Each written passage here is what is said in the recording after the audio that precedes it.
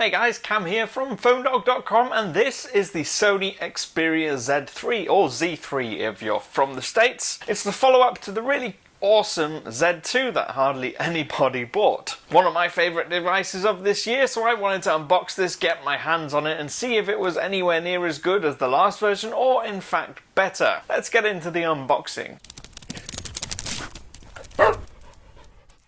As you can see, the packaging is very similar to the last generation, just a little bit more minimal. But once we get the packaging open, you'll see the layout is very similar too. The phone's in its own protective plastic sleeve, but we want to take a look at what comes in the box. And right on top we have a screen protector that Sony's included in the box for the international unlocked version. We'll have a look underneath, and the first thing that you'll notice, of course, is your power adapter. This is the UK model, obviously with me being in the UK. It's quite a nice nifty little design with the pop-up pin. You also get your usual micro USB to USB cable, and of course you get some Sony headphones. These have got a slightly different design to the last generation model, but they look like they're going to be a decent set. Of course, I'll have to test them further when I'm actually using the device. We also get in the box some replacement silicone earbuds and a clip for your earphones, and as well, like last time, we get this odd looking adapter thing that's micro USB to full USB adapter. Also get your usual bundle of guides, and Sony likes to be pretty generous. There's a good 4 or 5 different guides in here. But once we put everything back in the box, we'll take a good look at the device and remove it from its plastic casing.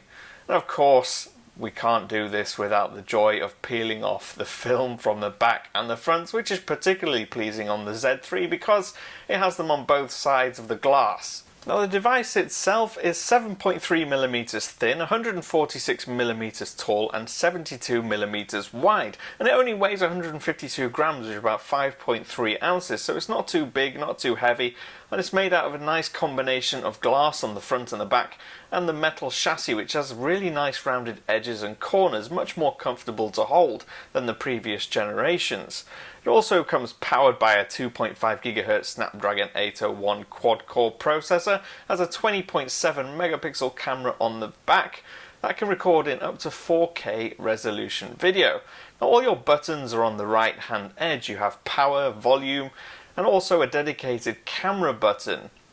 And that's all placed on the right hand edge, really easy to get to. Now on the left hand side we have the micro USB port covered by a flap, and on the other side you have your micro SD and nano SIM also covered by the flap, because it is a waterproof and dustproof device, so it has these flaps covering all the areas that could get damaged if water was to get into it.